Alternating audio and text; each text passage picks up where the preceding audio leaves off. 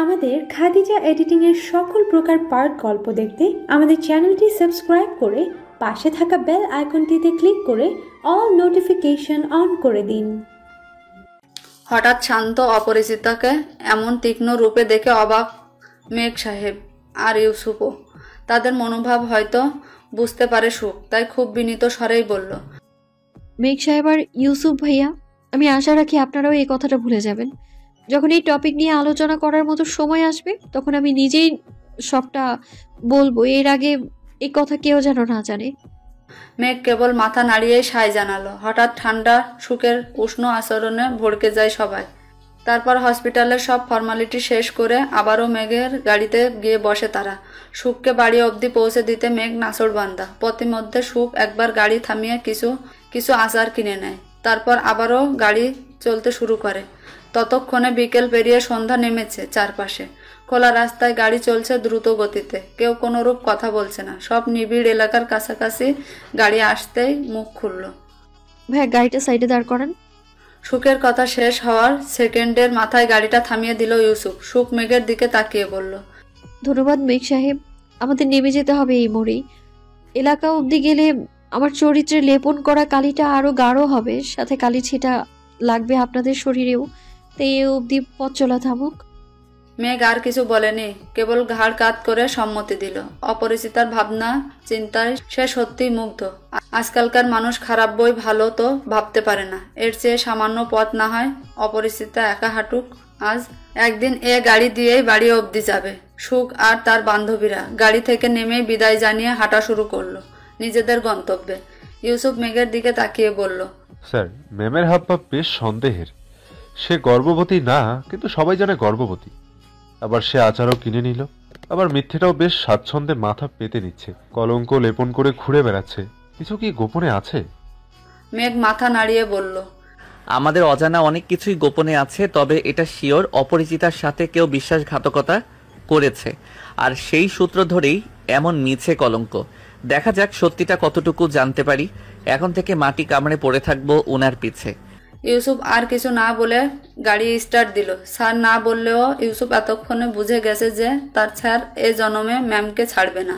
মেঘ যতদূর অপরিচিতার ছায়া দেখা যাচ্ছে ততদূর অবধি পলকহীন চোখে তাকিয়ে রইল আর মনে মনে বলল, সেদিন বরসায় ভেজা রাস্তায় সিক্ত অপরিচিতার দেখা। তারপর গেল দিন ভীষণ রঙিন, স্মৃতিচারণে সে যত্নে রাখা।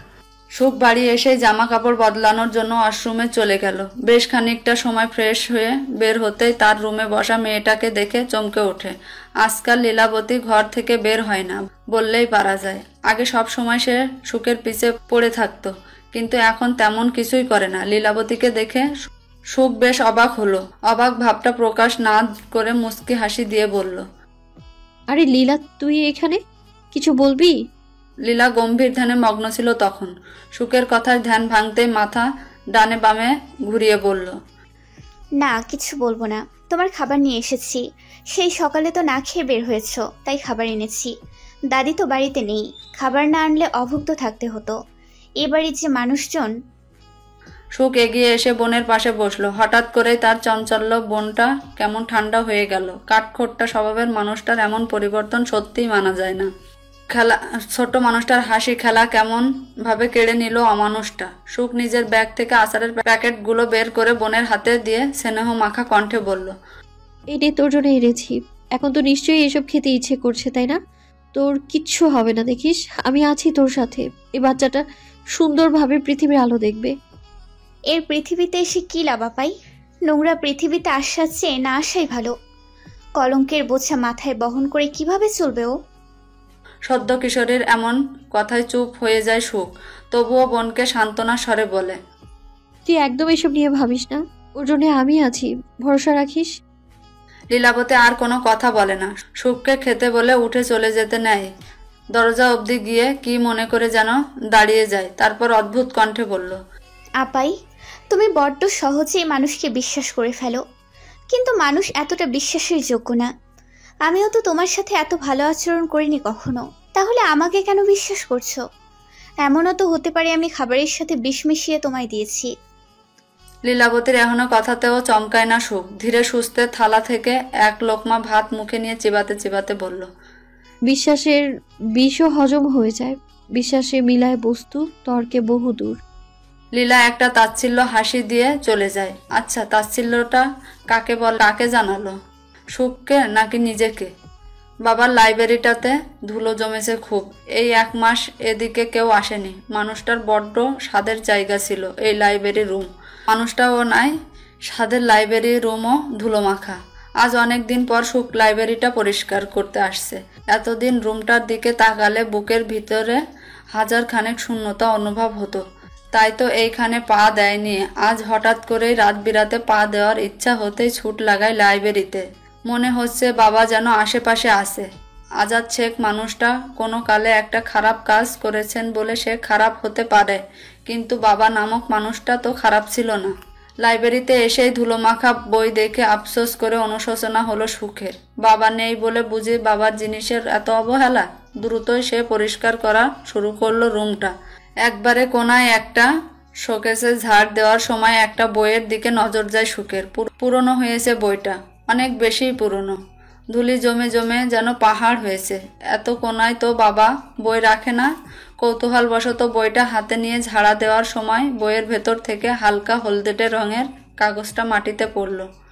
সুখ দ্রুত কাগজটা উঠালো। বোঝাই যাচ্ছে সাদা কাগজে খুব শৌখিন করে একটা চিরকুট লেখা, যা সময়ের পরিবর্তনে ধুলো ময়লা পড়ে হলদেটে রং ধারণ করেছে। মানুষের গোপন জিনিসের প্রতি কৌতূহল সবসময় বেশি। সেই সূত্রে সুখেরও কৌতূহল জাগাটা স্বাভাবিক।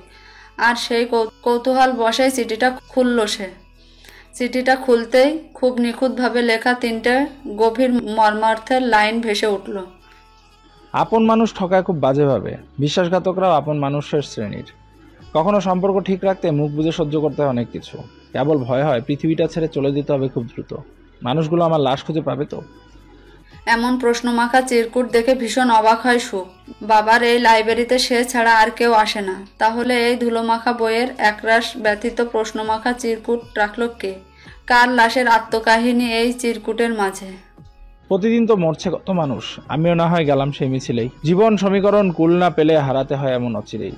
সুখ অবাক হয়ে বেশ শৌখিন অক্ষরগুলোর দিকে তাকিয়ে রইল। কি সুন্দর লেখা! নিজের মৃত্যুর কথা এত সুন্দরভাবে কেউ ছন্দ বসে লিখে যেতে পারে? এ চিঠি না দেখলে জানতোই না সুখ। চিঠিটা মোট 2 পৃষ্ঠা জুড়ে, কিন্তু কোনো রূপ নাম না বলেই বেশ গুছিয়ে নিজের ভিতরের ভয়ঙ্কর আর্তনাদের কথা বলেছে কলম কালির মাধ্যমে পুঁথি করে। সুখ হাত বুলিয়ে নিচে তাকাতেই দেখলো আরো 2 লাইন গুছিয়ে লেখা। বহু নারীতে আসক্ত হওয়া কিছু পুরুষের রোগ। এই রোগে মরে কন্যার সুখ, মেয়েরা হয় ভোগ। পুরুষ মানুষ শ্মশানে গেল, প্রাণহীন তার দেহ।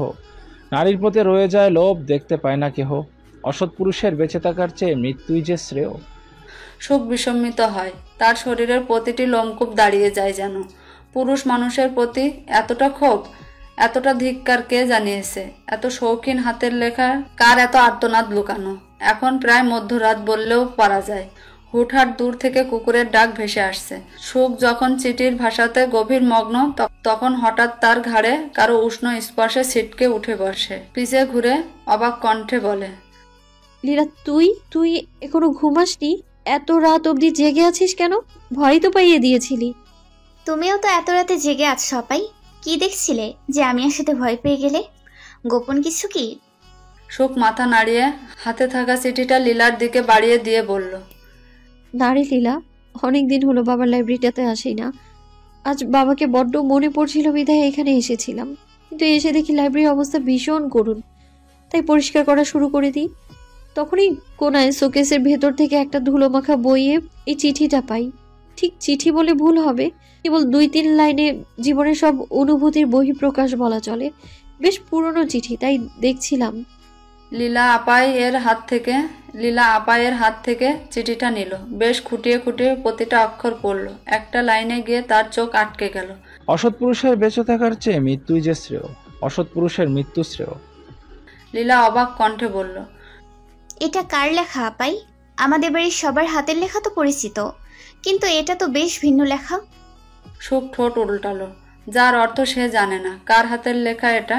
লীলাবতী কিছুক্ষণ চুপ করে থেকে তারপর কিছু একটা ভেবে হুঁশিয়ারি কণ্ঠে বলে, আপাই, যেহেতু এই চিঠিটা এত কোনায় ছিল, তাও পুরনো একটা বইয়ের ভেতরে, তার মানে কেউ এটা গোপন রাখতে চেয়েছে। তাই আমার মনে হয় কাউকে এটার ব্যাপারে না জানতে দেওয়াই উচিত। আমরা বরং লুকিয়ে লুকিয়ে চিঠির ব্যক্তিটাকে খোঁজার চেষ্টা করি। আমাদের বাড়িতে কার হাতের লেখা এমন সেটা খুঁজে বের করলেই তো বাকিটা জানা যাবে। তুমি কি বলো? লীলার যুক্তিটা অর্থবহ মনে হলো সুখের। ও মাথা নাড়িয়ে সম্মতি জানালো। তারপর চিঠিটা আলগোছে রেখে দুই বোন বের হয়ে গেল লাইব্রেরি থেকে। তারপর লীলাকে ঘুম পাড়িয়ে সুখ নিজের রুমে চলে যায়। দাদিজানকে না ধরে ঘুমালে তার ঘুম হয় না। দাদিটা যে তার অভ্যাসে পরিণত হয়েছে। আজ রাতটা জেগেই কাটাতে হবে। তার উপর চিঠির ভাবনা। সকালে ঘুম থেকে উঠেই ঘরের যাবতীয় কাজ শেষ করলো সুখ। তারপর চা তৈরি করে সবার রুমে রুমে দিয়ে আসলো। গতকাল সন্ধ্যাবেলা লীলাবতীর মামা এসেছিল কয়েকদিন থাকবে বলে। যথারীতি সুখ তার জন্য চা তৈরি করেছে। নিজেকে বেশ সুন্দর করে ঢেকে চা নিয়ে হাজির হয় লীলাবতীর মামা মনির হোসেনের রুমে। মনির হোসেন সুখকে দেখে বেশ হাসি দিয়ে মিষ্টি স্বরে বলল, আরে সুখ যে, তা কেমন আছিস? বেশ সুন্দর হয়েছিস দেখি। এ রূপের রহস্য কি? পেটের নাজায়েজ বাচ্চাটা নাকি? ইস রে, কত সুন্দর মেয়েটার কি ক্ষতিটা না করলো মানুষটা। মামার এহেন ধরনের কথায় সুখ একটু মূর্ছা যায়।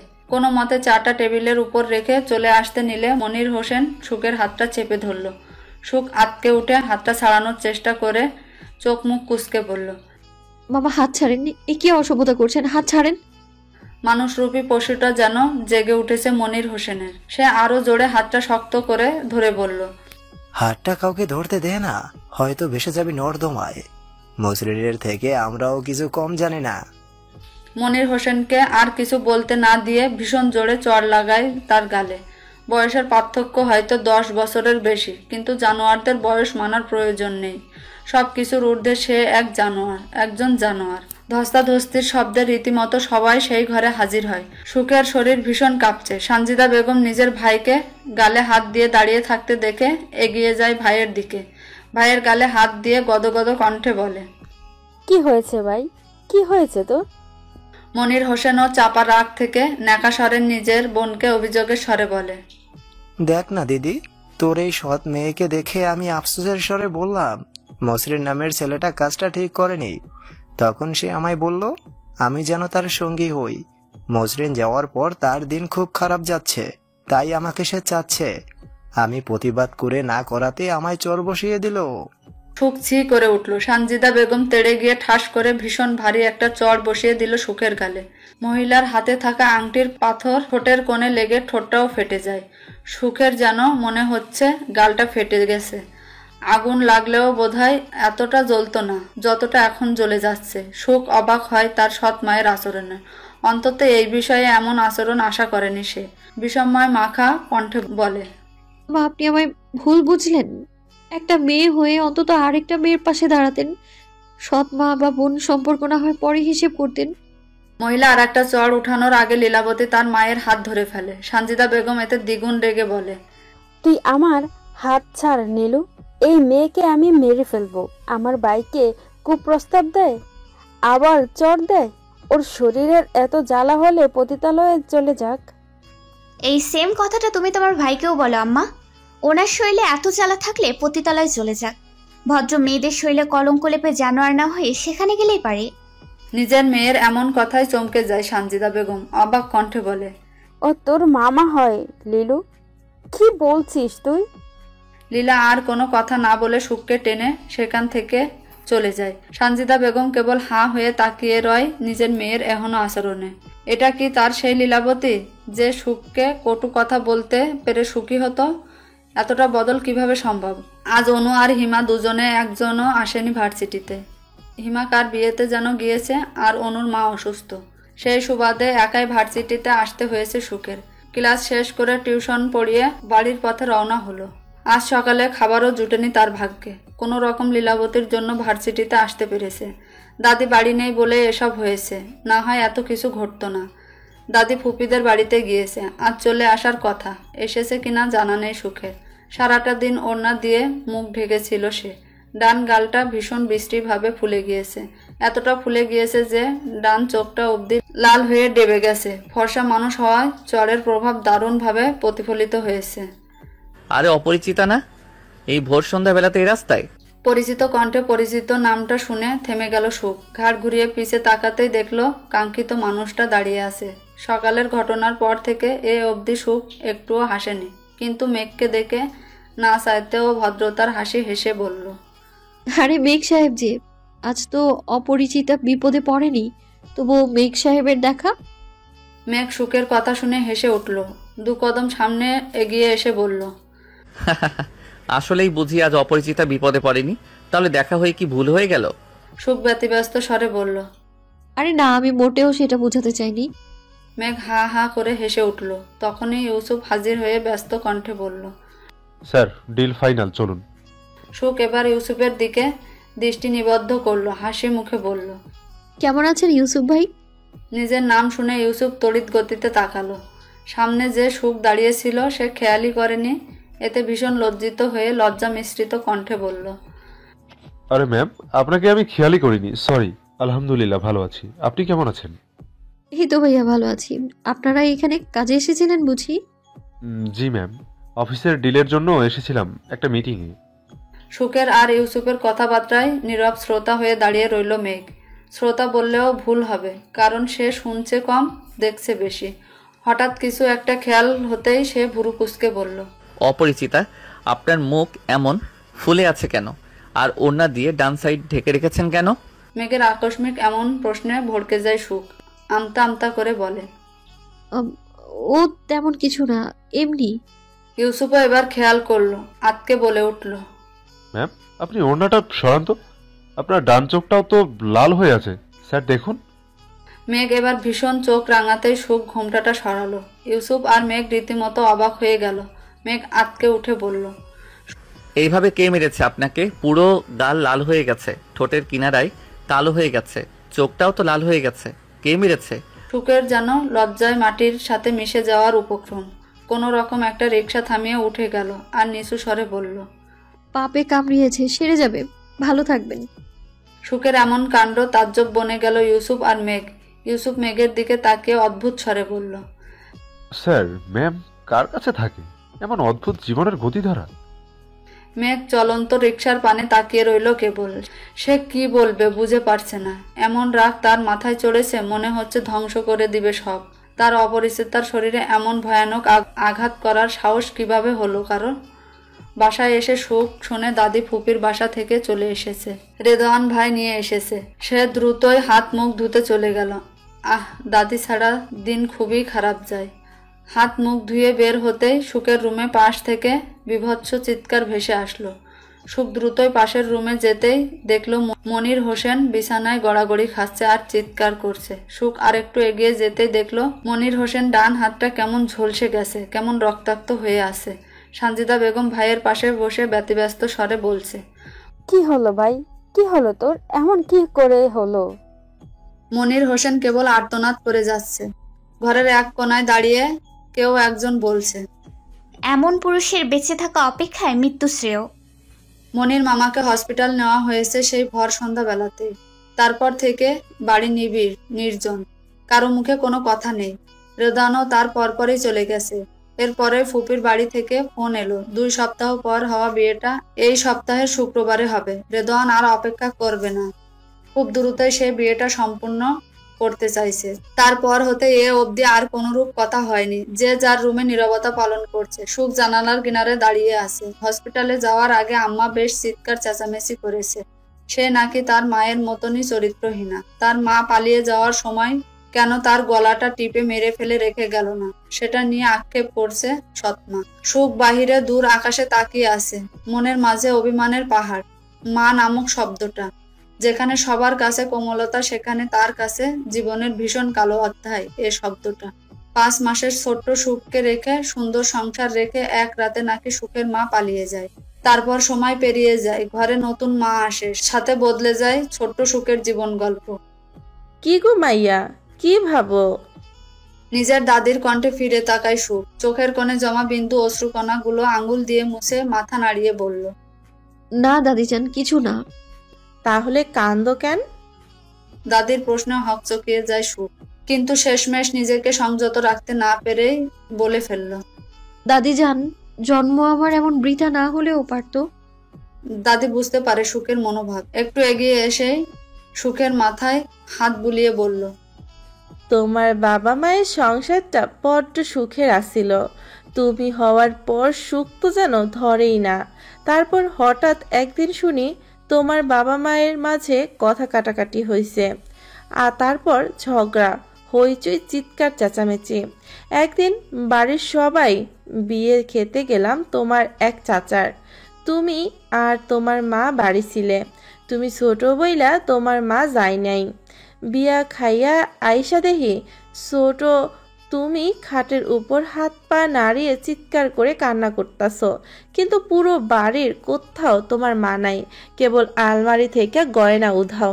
তারপর কি পাড়া প্রতিবেশী সবার মুখে মুখে রটালো আমার বাড়ির সবচেয়ে ঠান্ডা ভদ্র বউ কুহেলিকা সোনার সংসার ভাইঙা পলাইছে নতুন মানুষের লগে। সুখ দু কদম পিছিয়ে যায়। সব সময় শুনতো তার মা চরিত্রহীন, কিন্তু আসলে কতটুকু চরিত্রহীন সে বুঝতে পারেনি। মায়েরাও বুঝি এমন হয়? একবারও বুক কাঁপে নাই 5 মাসের সুখের ছেড়ে যেতে। দাদি সুখের মাথায় হাত বুলিয়ে দিল। সুখ দাদির হাত ধরে যখনই অভিযোগের তীর ছুড়ে দেওয়ার প্রস্তুতি নিচ্ছিল, তখনই সুখের অন্য দিকে নজর যায়। ভুরু কুচকে ফেলে আপনা আপনি। দাদির কুচকে যাওয়া চামড়া বৃদ্ধা হাতটা কতক্ষণ নেড়ে চেড়ে দেখে, অবাক কণ্ঠে বলে, হাতটা পড়লে কিভাবে দাদিজান? কতখানি পুড়ে ফেললে? দেখি, এইখানে আসো, খাটে বসো তো। দাদি বৃদ্ধা শরীরটা দুলিয়ে খাটে গিয়ে বসলো। সুখ দ্রুত ড্রয়ার থেকে একটা মলমের কৌটা বের করে এনে দাদির পাশে বসে পুড়ে যাওয়া জায়গাটা লাগাতে লাগাতে বলল, সর্দি পুড়ে যাওয়া চিহ্ন এটা। তুমি রান্নাঘরে কেন গিয়েছিলে? আমাকে বলতে কোনো প্রয়োজন হলে তাহলেই তো হতো। আগুনের কাছে কেন গেলে তুমি? দাদি রহস্যময় এক হাসি দিয়ে বলল, আগুনে পড়িনি গো সুখবতী। সুখ অবাক হয়, অবাক কণ্ঠে বলল, তাহলে কিভাবে পুড়েছে দাদিজান? মামার হাতে অ্যাসিড ঢালতে গিয়ে হয়তো পুড়িয়েছে। অন্ধকারে এত বড় কাজ কেন করতে গিয়েছিলে দাদিজান? হঠাৎ এমন কথায় দাদি সহ সুখ অবাক হয়ে যায়। সুখ বিষময়ে বসা থেকে দাঁড়িয়ে যায়। দরজার সামনে দাঁড়ানো লীলার দিকে দৃষ্টি নিক্ষেপ করে, অবাক কণ্ঠে বলে, কি? দাদিজান মামার হাতে এসিড ঢেলে দিয়েছিল? কি বলছিস তুই এসব? লীলাবতী সুখদের কাছে এগিয়ে আসে, আরাম করে সুখের বিছানায় বসে। তারপর দাদির দিকে তাকিয়ে বাঁকা হাসি দিয়ে বলল, দাদিজান, আমি ঠিক বলেছি কিনা বলো? দাদিজানও একটু ভড়কে যায়, কারণ এ বাড়িতে লীলাবতী আর তার মা এক রকমের বদমাশ। এটা নিয়ে যে বড় একটা কেলেঙ্কারি হবে সেটা বেশ ভালোই বোঝা যাচ্ছে। তবে বৃদ্ধা মহিলা ভয় পায় না, বরং বেশ তীক্ষ্ণ কণ্ঠে প্রশ্ন ছুড়ে মারে, তুই কিভাবে জানলি এসব আমি করছি? প্রমাণ কি? লীলাবতী দাদির প্রশ্নে হা হা হেসে বলল, পাড়ার রাসেল ভাইকে দিয়েই তো এই ধ্বংসকারী তরল পদার্থটা আনিয়েছিলে। উনি তোমার খুচরো টাকাগুলো ফিরিয়ে দিয়ে গেল আর বলে গেল এটা যেন কেউ না জানে। এই বলে লীলা নিজের হাতে থাকা খুচরা টাকাগুলো দাদির দিকে এগিয়ে দেয়। দাদি বিনা বাক্য ব্যয়ে টাকাগুলো নিয়ে নিজের আঁচলের এক কোণায় বেঁধে ফেললেন। এই বয়স্ক মহিলাটির চোখে এখনো আগের ন্যায় ভয় বা বিষময় ভাবটা নেই। সে এতটুকু বুঝে গেছে, আর যাই হোক লীলাবতী এই কথাগুলো ফাঁস করবে না। তাই আরাম করে খাটে বসে পানের বাটা থেকে পান সাজিয়ে ধীরে ধীরে মুখে পুরে নিলেন। সুখ কেবল দাঁড়িয়ে সবটা চুপচাপ লক্ষ্য করলো। দাদি আঙ্গুলের মাথায় থাকা চুনটা মুখে নিয়ে সুখকে নিজের সাথে বসালেন। লীলাবতীও বিছানার এক কোণায় বসে রইল। দাদি এবার আয়েসে বললেন, সুখবতী আর লীলাবতী, তোমা গড়ে আইস গল্প শোনামো। এক শয়তানের গল্প শুনবা তোমরা, ছোট্টবেলায় যেমন শুনতা। লীলা আর সুখ দুজন দুজনের মুখের পানে তাকিয়ে তারপর মাথা নাড়ল। দাদি উঠে গিয়ে লাইটটা বন্ধ করে দক্ষিণের দিকে জানালাটা খুলে দিল। বাহিরে ভরা পূর্ণিমা, সেই আলোয় আধার ঘরটারও আধারটা হালকা হয়ে গেল। দাদি এবার আধারে বসে থাকা দুই যুবতীর দিকে তাকিয়ে বলা শুরু করলো, আমি যেই শয়তানের গল্পটা বলবো সেইটা হলো তোমার দাদা। হেই হইল শয়তান। হ্যাঁ রে, শয়তান কইলে শয়তানও নারাজ হইব। আমি যখন বিয়া কইরা আসি এই বাড়িতে, তখন বয়স মাত্র 15 হইব। জামাই বোঝার আগেই বিয়া হইয়া গেল। শ্বশুর বাড়িতে আসার পর 15 বছরের দৌড়ঝাঁপ করা মাইয়াটা শান্ত হইয়া গেলাম। আমার ছোট্ট মন তখন বুঝা গেছিল শ্বশুর বাড়ি আর জমের বাড়ি সমান। বিয়ার 1 বছরের মাথায় বিধবা শাশুড়ি মারা যায়। ভাসুর যা আর স্বামী নিয়ে হইল আমার সংসার। কিন্তু দিন যত যায় তত বুঝতে শিখি স্বামী কি জিনিস, ভালোবাসা কি জিনিস, আর বুঝতে শিখি বেড়া মানুষের চরিত্র কি জিনিস।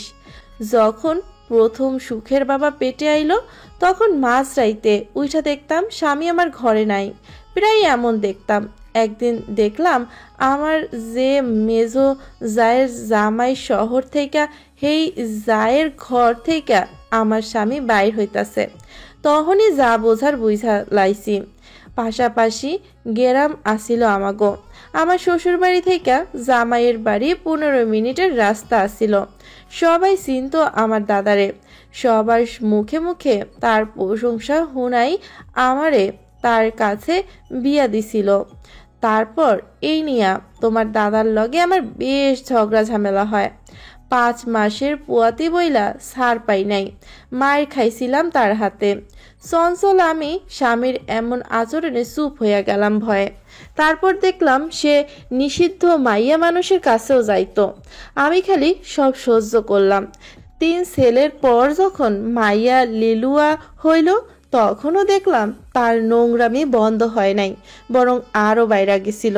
ভাবছিলাম ছেলে মেয়ের মুখ দেখে পাষাণ নরম হইব, কিন্তু তা হইল না। একদিন সকালবেলা উইঠা শুনি কামের মাইয়ার লগেই জোরাজোরি করার চেষ্টা করছে। কামের মাইয়া আমার কাছে গড়াগড়ি কইরা কানছে। তারপর আমি তারে কিছু টাকা দিয়া এই বাড়ি থেকে বিদায় করলাম। সেই দিন আমার কি হইল জানি না। কামের মাইয়ার আহাজারিতে আমার নরম মন অনেক শক্ত হয়ে গেল। সেই দিন অনেক ঝগড়া ঝামেলা কইরা সিদ্ধান্ত নিলাম, আর না, এমন চরিত্রহীন বেড়ার সাথে থাকার চেয়ে সারা জীবন ছেলে মেয়ে লইয়া একলা থাকমো তাও ভালো। এরপর ছেলে মেয়ের হাত ধইরা বাপের বাড়িতে চইলা এলাম চিরকালের জন্য। এর পরের দিন সেই মানুষ মারা যায়। সুখ আর লীলা এতক্ষণ নিশ্চুপ শ্রোতা হয়েছিল। দাদির জীবনে দাদার যে এহেন অবদানের কথা যেন ভাবতে পারে নাই। নীরবতা ভেঙে মনোহরা বেগমই বলে উঠল, তোমা গড়ে আরেকটা সত্যি কথা কই, এই জীবনে যেই সত্যি কেউ জানে নাই। সুখ আর লীলা আধারের মাঝে দাদির প্রতিচ্ছবির দিকে তাকিয়ে বলল। হ্যাঁ দাদিজান বলো। দাদি যেন দক্ষিণা জানালার দিকে দৃষ্টি নিক্ষেপ করলো। তারপর কেমন অদ্ভুত আর তেজি কণ্ঠে বলল, আমি বুঝতে পারছিলাম এমন পুরুষ মানুষ বাইসা থেকে কোনো লাভ নাই, বরং মাইয়া মানুষের ক্ষতি। তাই তার বাড়ি ছাইরা বাপের বাড়ি চইলা আইছিলাম ঠিকই, কিন্তু পরের দিন মধ্যরাতেই যখন পাড়া প্রতিবেশী সবাই ঘুমে বিভোর, আমি গ্রামের জঙ্গলের পথ ধইরা তার বাড়িতে ঢুকেছিলাম সবার অগোচরে। তারপর ঘুমন্ত মানুষটার হাত পা বাইন্ধা ঘুমের মাঝে বালিশ চাপা দিয়া মাইরা ফেলছি। দুষ্ট গরুর চেয়ে শূন্য গোয়াল ভালা। এমন বেড়া মানুষের বাইসা থাকার অধিকার নাই। সে কেবল বিয়ার মাধ্যমে আমার শরীরের মালিকানা পাইছিল, কিন্তু কখনো আমার স্বামী হইতে পারে নাই। তাই এমন জানোয়ার পৃথিবী ছাইরা চইলা যাওয়াই ভালো। অন্ধকারে ঠিক বোঝা গেল না, কিন্তু সুখ আর লীলা যেন চরম অবাক হয়েছে। তাদের মনে হয়েছে ষাটোর্ধ্ব নারীটার মাঝে এই প্রতিবাদী তেজটা, সেটা এখনকার ঊনবিংশের কিশোরীর মাঝেও নেই। নারী হতে হলে এমন প্রতিবাদী হতে হবে। নরম আর কদিন। গ্রীষ্মের রৌদ্র তপ্ত আকাশ। ভার্সিটির ছুটির পর যথারীতি 3 বান্ধবী দাঁড়িয়ে আছে গেটের সামনে গাড়ির আশায়। আজ বুধবার, আর একদিন পরে শুক্রবারে সুখের বিয়ে। সুখের মন একেবারে সায় দিচ্ছে না বিয়ের জন্য, কিন্তু দাদির শেষ ইচ্ছা পূরণের জন্য রাজি হয়েছে। লীলাবতীকে কথা দিয়েছে মসৃণের খোঁজ ঠিক বের করবে, কিন্তু এত মানুষের ভিড়ে আদৌ কি তাকে পাওয়া সম্ভব? যে নিজে ইচ্ছায় লুকিয়ে থাকে তাকে খোঁজা যায় না। শুকনো রাস্তায় ধুলো উড়িয়ে কালো গাড়িটা সুখদের সামনে এসে দাঁড়ালো। হঠাৎ গাড়ির ব্রেক কষায় 3 জন 2 কদম পিছিয়ে যায়। গাড়ি থেকে মেঘ হাসি মুখে নেমে আসে। 3 জনের দিকে তাকিয়ে হাসিটা চওড়া করে বলল, আরে আপনারা, বাহ, আজও দেখা হয়ে গেল। মেঘকে দেখে বরাবরের মতন হিমা হা হয়ে গেল। হিমার এমন কাণ্ডে অনু আর সুখ দুজনের দিকে তাকিয়ে দুজন হেসে ফেললো। 2 বান্ধবীর হাসির শব্দে ধ্যান কাটলো হিমার। লজ্জা মিশ্রিত হাসি দিয়ে বলল, আরে ভাইয়া, আপনি এখানে? কেমন আছেন? এই তো আপু, ভালো। আপনারা কেমন আছেন? হিমা কিছু বলার আগেই অনু হাসি দিয়ে বলল, তো ভাইয়া ভালো। কাজে যাচ্ছিলেন নাকি? মেঘ মাথা নাড়িয়ে হ্যাঁ জানালো। এর মাঝেই হিমা বলে উঠল, সুখ, ভাইয়াকে দাওয়াত দিয়েছিলি শুক্রবারে? হিমার কথায় সুখ চমকে গেল। মেঘ ভুরু কুঁচকে বলল, কিসের দাওয়াত? হিমা গদগদ কণ্ঠে বলল, ও মা, শুক্রবারে তো সুখের বিয়ে ওর ফুফাতো ভাইয়ের সাথে। বিয়েটা 2 সপ্তাহ পরে হওয়ার কথা থাকলেও তা এগিয়ে নেওয়া হয়েছে। আসবেন কিন্তু। মেঘ যেন ভুল কিছু শুনে ফেললো। অপরিচিতার বিয়ে আর একদিন পরে। এর মাঝেই সুখের ফোনটা উচ্চ স্বরে বেজে উঠল। ফোনটা রিসিভ হতেই অপর পাশের ব্যক্তিটা বলে উঠল, আপু, আমি মসৃণের রুমমেট। আপনি মসৃণের খোঁজ চেয়েছিলেন না? পাওয়া গেছে খোঁজ। দেখা করে সব বলবো। সুখ অবাক হয়েই রইল। অবশেষে সত্যি কি সবার সামনে আসতে চলেছে?